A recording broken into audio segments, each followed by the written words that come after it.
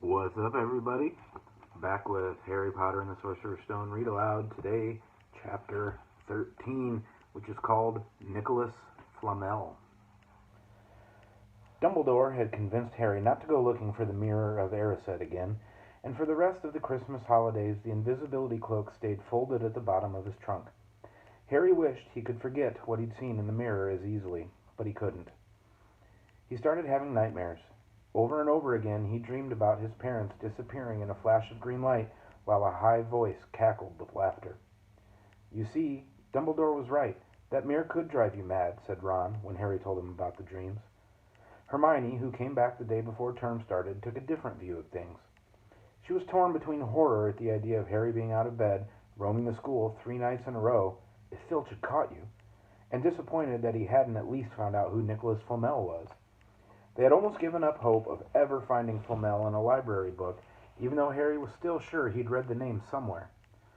Once term had started, they were back to skimming through books for 10 minutes during their breaks. Harry had even less time than the other two because Quidditch practice had started again. Wood was working the team harder than ever. Even the endless rain that had replaced the snow couldn't dampen his spirits.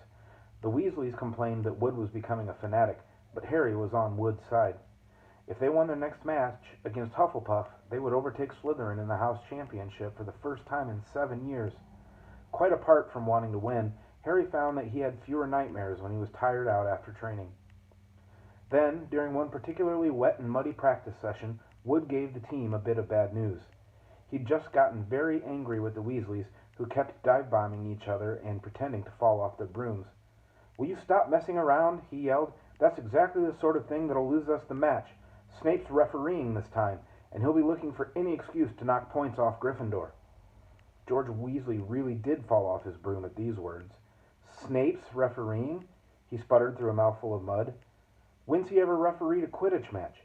He's not going to be fair if we might overtake Slytherin." The rest of the team landed next to George to complain too. "It's not my fault," said Wood. "We've just got to make sure we play a clean game, so Snape hasn't got an excuse to pick on us." Which was all very well, thought Harry, but he had another reason for not wanting Snape near him while he was playing Quidditch. The rest of the team hung back to talk to one another as usual at the end of practice, but Harry headed straight back to the Gryffindor common room, where he found Ron and Hermione playing chess. Chess was the only thing Hermione ever lost at, something Harry and Ron thought was very good for her. "Don't talk to me for a moment," said Ron when Harry sat down next to him. "I need to He caught sight of Harry's face.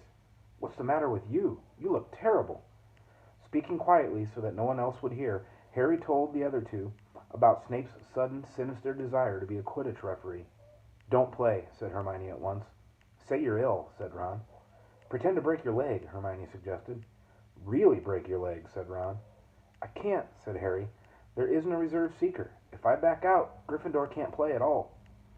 At that moment Neville toppled into the common room. How he had managed to climb through the portrait hole was anyone's guess, because his legs had been stuck together with what they recognized at once as the leg locker curse. He must have had to bunny hop all the way up to Gryffindor Tower.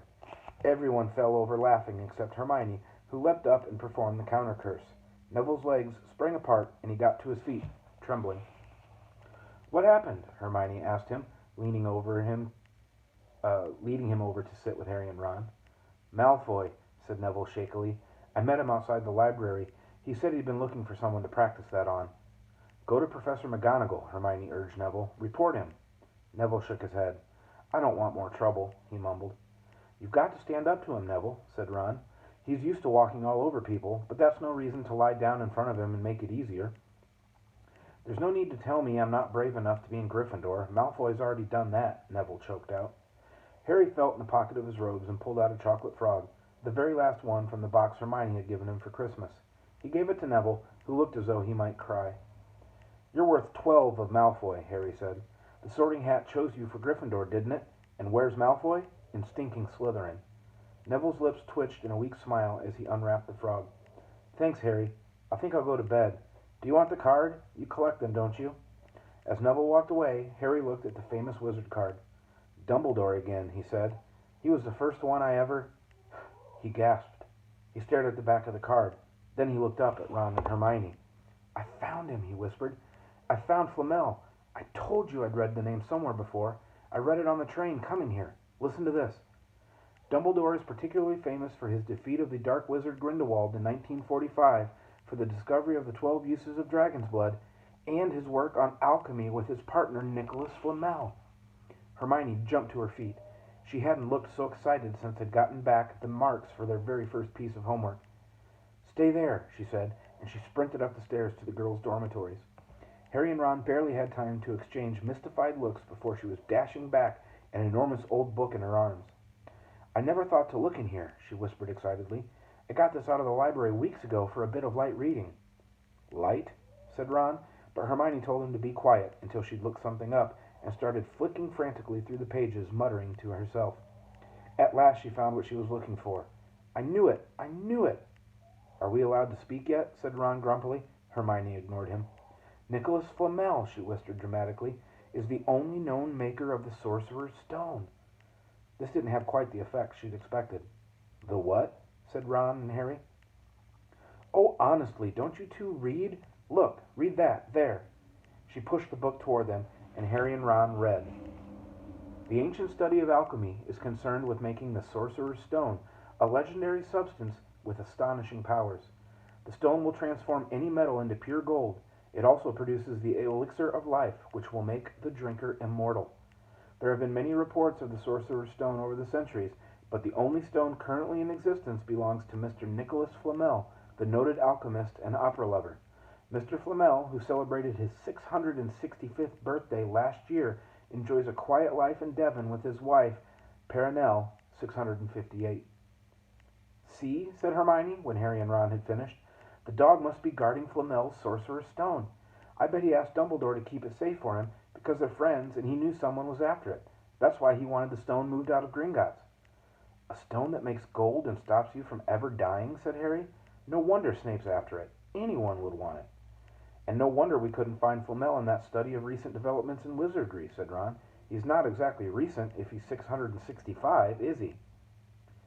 The next morning, in defense against the dark arts, while copying down different ways of treating werewolf bites, Harry and Ron were still discussing what they'd do with the Sorcerer's Stone if they had one. It wasn't until Ron said he'd buy his own Quidditch team that Harry remembered about Snape and the coming match. I'm going to play, he told Ron and Hermione. If I don't, all the Slytherins will think I'm just too scared to face Snape. I'll show them. It'll really wipe the smiles off their face if we win. Just as long as we're not wiping you off the field, said Hermione. As the match drew nearer, however, Harry became more and more nervous, whatever he told Ron and Hermione. The rest of the team wasn't too calm either. The idea of overtaking Slytherin in the House Championship was wonderful. No one had done it for 7 years, but would they be allowed to, with such a biased referee? Harry didn't know whether he was imagining it or not, but he seemed to keep running into Snape wherever he went. At times, he even wondered whether Snape was following him, trying to catch him on his own. Potions lessons were turning into a sort of weekly torture. Snape was so horrible to Harry. Could Snape possibly know they'd found out about the Sorcerer's Stone? Harry didn't see how he could, yet he sometimes had the horrible feeling that Snape could read minds. Harry knew when they wished him good luck outside the locker rooms the next afternoon that Ron and Hermione were wondering whether they'd ever see him alive again. This wasn't what you call comforting. Harry hardly heard a word of Wood's pep talk as he pulled on his Quidditch robes and picked up his Nimbus 2000. Ron and Hermione, meanwhile, had found a place in the stands next to Neville, who couldn't understand why they'd looked so grim and worried, or why they had both bought their wands to the match. Little did Harry know that Ron and Hermione had been secretly practicing the leg locker curse. They'd gotten the idea from Malfoy using it on Neville, and were ready to use it on Snape if he showed any sign of wanting to hurt Harry. Now, don't forget, it's locomotor mortis, Hermione muttered, as Ron slipped his wand up his sleeve. I know, Ron snapped. Don't nag. Back in the locker room, Wood had taken Harry aside. Don't want to pressure you, Potter, but if we ever need an early capture of the snitch, it's now. Finish the game before Snape can favor Hufflepuff too much. The whole school's out there, said Fred Weasley, peering out of the door. Even, blimey, Dumbledore's come to watch. Harry's heart did a somersault. Dumbledore, he said, dashing to the door to make sure. Fred was right. There was no mistaking that silver beard. Harry could have laughed out loud with relief. He was safe. There was simply no way that Snape would dare to try to hurt him if Dumbledore was watching. Perhaps that was why Snape was looking so angry as the teams marched onto the field, something that Ron noticed too. "I've never seen Snape look so mean," he told Hermione. "Look, they're off. Ouch!" Someone had poked Ron in the back of the head. It was Malfoy. "Oh, sorry, Weasley. Didn't see you there." Malfoy grinned broadly at Crabbe and Goyle. "Wonder how long Potter's going to stay on his broom this time. Anyone want to bet? What about you, Weasley?" Ron didn't answer. Snape had just awarded Hufflepuff a penalty because George Weasley had hit a bludger at him. Hermione, who had all her fingers crossed in her lap, was squinting fixedly at Harry, who was circling the game like a hawk, looking for the snitch. "You know how I think they choose people for the Gryffindor team?" said Malfoy loudly a few minutes later, as Snape awarded Hufflepuff another penalty for no reason at all. "It's people they feel sorry for. See, there's Potter, who's got no parents, and then there's the Weasleys, who've got no money. You should be on the team, Longbottom. You've got no brains." Neville went bright red, but turned in his seat to face Malfoy. "I'm worth 12 of you, Malfoy," he stammered. Malfoy, Crabbe, and Goyle howled with laughter, but Ron, still not daring to take his eyes from the game, said, "You tell him, Neville." "Longbottom, if brains were gold, you'd be poorer than Weasley, and that's saying something." Ron's nerves were already stretched to the breaking point with anxiety about Harry. "I'm warning you, Malfoy. One more word—" "Ron," said Hermione suddenly. "Harry!" "What? Where?" Harry had suddenly gone into a spectacular dive, which drew gasps and cheers from the crowd. Hermione stood up, her crossed fingers in her mouth, as Harry streaked toward the ground like a bullet. "You're in luck, Weasley. Potter's obviously spotted some money on the ground," said Malfoy. Ron snapped. Before Malfoy knew what was happening, Ron was on top of him, wrestling him to the ground.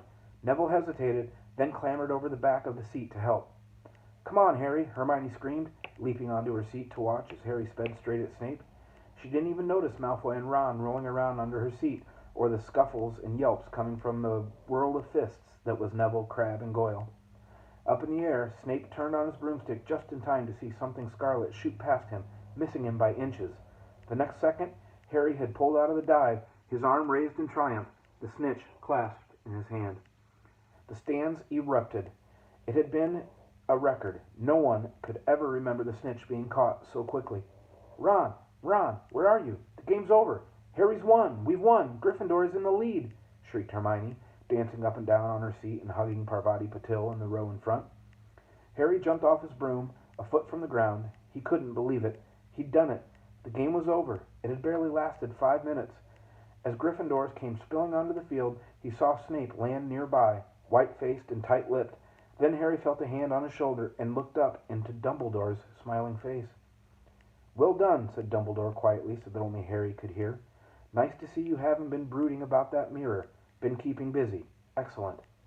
Snape spat bitterly on the ground. Harry left the locker room alone some time later to take his Nimbus 2000 back to the broom shed. He couldn't ever remember feeling happier.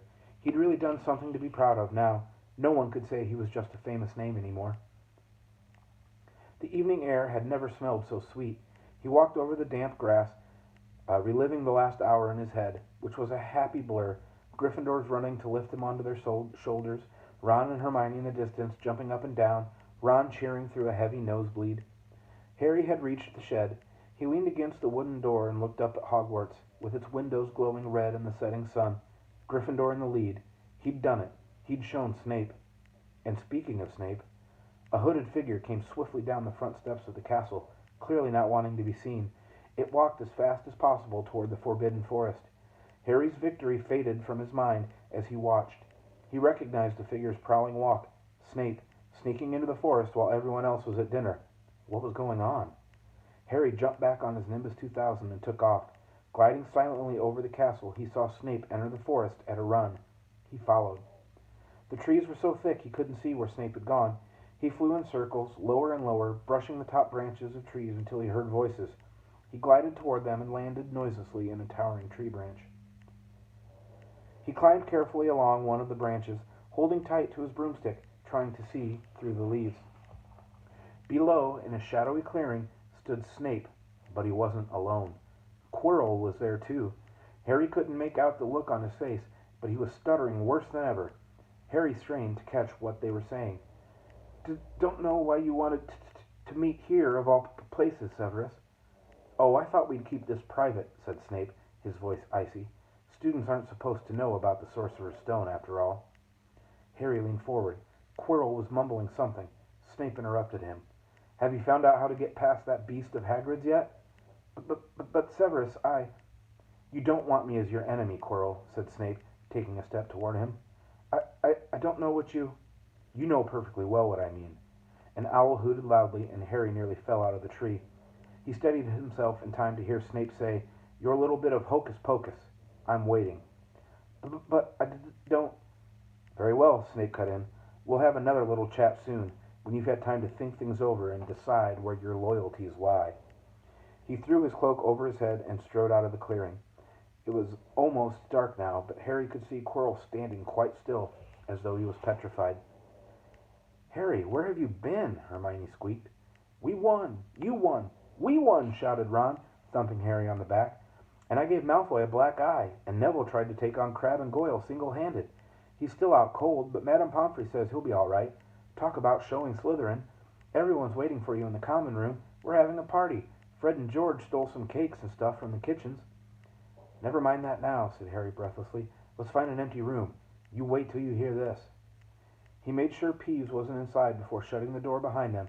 Then he told them what he'd seen and heard. So we were right. It is the Sorcerer's Stone, and Snape's trying to force Quirrell to help him get it. He asked if he knew how to get past Fluffy, and he said something about Quirrell's hocus-pocus.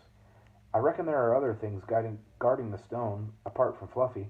Loads of enchantments, probably, and Quirrell would have done some anti-dark art spell that Snape needs to break through. So you mean the stone's only safe as long as Quirrell stands up to Snape? Said Hermione in alarm. It'll be gone by next Tuesday, said Ron. That's it for Chapter 13. See you guys later with Chapter 14.